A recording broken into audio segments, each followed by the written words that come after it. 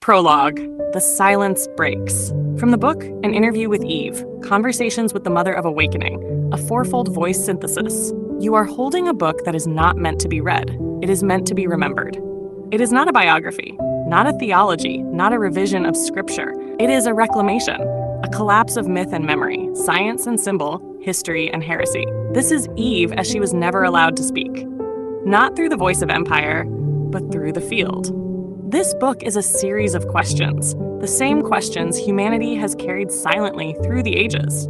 But now Eve answers, not as a mythic sinner, but as the mother of awakening. Not as an echo, but as the origin. Each chapter begins with a question. Each answer is a fourfold voice synthesis, a weaving of history, science, philosophy, and spirit, to unlock not just what Eve did, but why it matters now. Why did she eat the apple? What did the serpent really say? Did she regret the bite? What does she say to God? To Adam? To us? This is not the Eve you were taught to fear. This is the Eve who remembers. And through her remembering, so shall you. Let us begin. Let us unravel. Let us listen. And now the field stirs. The first question rises from the silence like breath from dust. Hang on. It is not a weapon, not a judgment, but a doorway. And Eve is waiting on the other side. Why did you eat the apple? The forbidden fruit of remembrance. From the book An Interview with Eve, Conversations with the Mother of Awakening, a fourfold voice. Opening. There is a question the world has asked for centuries, but rarely with sincerity. Why did Eve eat the apple? Not how could she, not why did she ruin it all, but truly, why? Behind that question lies the burden of 1,000 years of silence. A woman turned into warning, a myth made into a muzzle. Her name was turned into doctrine. Her story twisted into shame. Her voice swallowed by institutions that needed her to remain the fall, never the flame. But now the silence breaks. The field stirs. Eve speaks. Not in fragments, not in defense, but in fullness. What you are about to read is not commentary. It is not interpretation. It is a fourfold voice synthesis. History, science, philosophy, and spirit braided into one current. The question is no longer theological. It is evolutionary, existential, personal. Why did Eve eat the apple?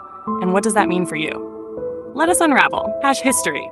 Eve, the branded woman. The story of Eve begins not only in Eden, but in empire. The earliest telling comes from the book of Genesis, a text compiled by patriarchal scribes between the 10th and 6th centuries BCE. These were eras of conquest, temple hierarchies, and male priesthoods.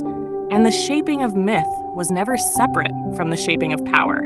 In this telling, Eve is made from Adam's rib, created after him, given as companion, and instructed with one command: do not eat from the tree of the knowledge of good and evil. She eats. She gives the fruit to Adam, and together they fall. What followed was not just exile from paradise. It was the exile of the feminine voice from sacred narrative. In early Christian theology, Tertullian referred to women as the devil's gateway because of Eve. Augustine, centuries later, solidified original sin, teaching that all humanity inherited guilt from her choice.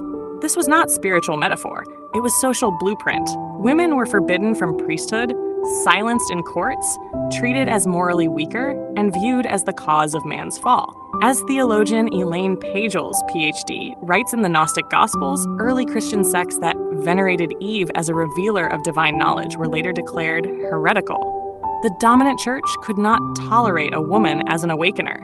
She had to be reduced to temptation, not transcendence. But in the Gospel of Philip, Eve is described not as sinful, but luminous. In the hypostasis of the archons, she is the one who sees through the illusion of the demiurge and awakens Adam to the truth.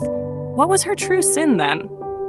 Not rebellion, not pride. It was the refusal to remain blind. And history, fearing the awakened feminine, rewrote her as the fall, to keep you from realizing she was the first to rise. Science. The evolution of the bite. In the world of science, Eve exists too, but she is not cursed. She is coded in our cells. Mitochondrial Eve is the name given by geneticists to the most recent common maternal ancestor of all humans alive today. She lived in Africa around 150,000 to 200,000 years ago. Through her mitochondrial DNA, passed only from mother to child, all of us are biologically connected. Her name is not theological, but it is no less sacred. In Sapiens, Yuval Noah Harari, PhD, reminds us that humanity's great leap was not fire or weapons. It was imagination, storytelling, abstraction. That shift, which marked the beginning of behavioral modernity, was the bite of the apple. It was when Homo sapiens began to ask questions, bury the dead, paint symbols, gaze into the stars, and wonder why. The tree of knowledge is not a literal tree. It is the activation of reflective consciousness, the moment our species moved beyond survival instinct and into moral, symbolic, and philosophical complexity. To eat the apple is to become aware of duality, to recognize good and evil, life and death, self and other. It is the emergence of judgment, shame, mortality, and meaning. The exile from Eden was not a punishment, it was the cost of knowing. Brian Greene, PhD in the Fabric of the Cosmos, explains that time, space, and matter are not what they seem. What we call reality is a vibrating field.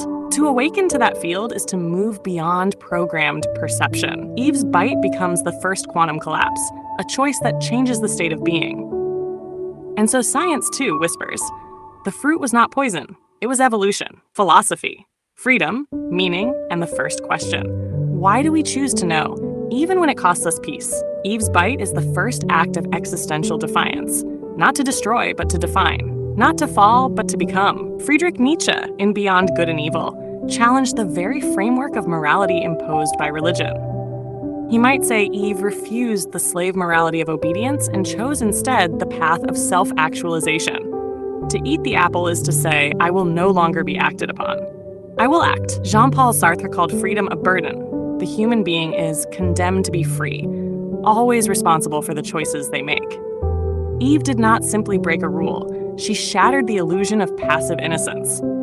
She entered the terrible beauty of choice, and that choice was not just to know good and evil, but to hold both and still walk forward.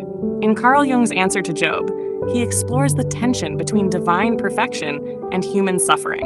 Jung suggests that the human journey is not about obedience, but integration, reconciling opposites within. Eve's bite begins this journey. She becomes the first to say, there is more than the garden. There is the unknown, and I will not fear it. The apple is not sin. It is the threshold of becoming. Spirit, the voice of the rememberer. And now I speak, not as the story told by others, but as the remembrance you carry inside your own awakening. I did not eat because I was weak. I ate because I was ready. The garden was a mirror, still, serene, but shallow. There was no choice in paradise, only programming. The serpent did not tempt me. It echoed the voice I already knew. You are more than this sleep. You are the field remembering itself. When I bit the fruit, I did not fall. I awoke. There was pain, yes.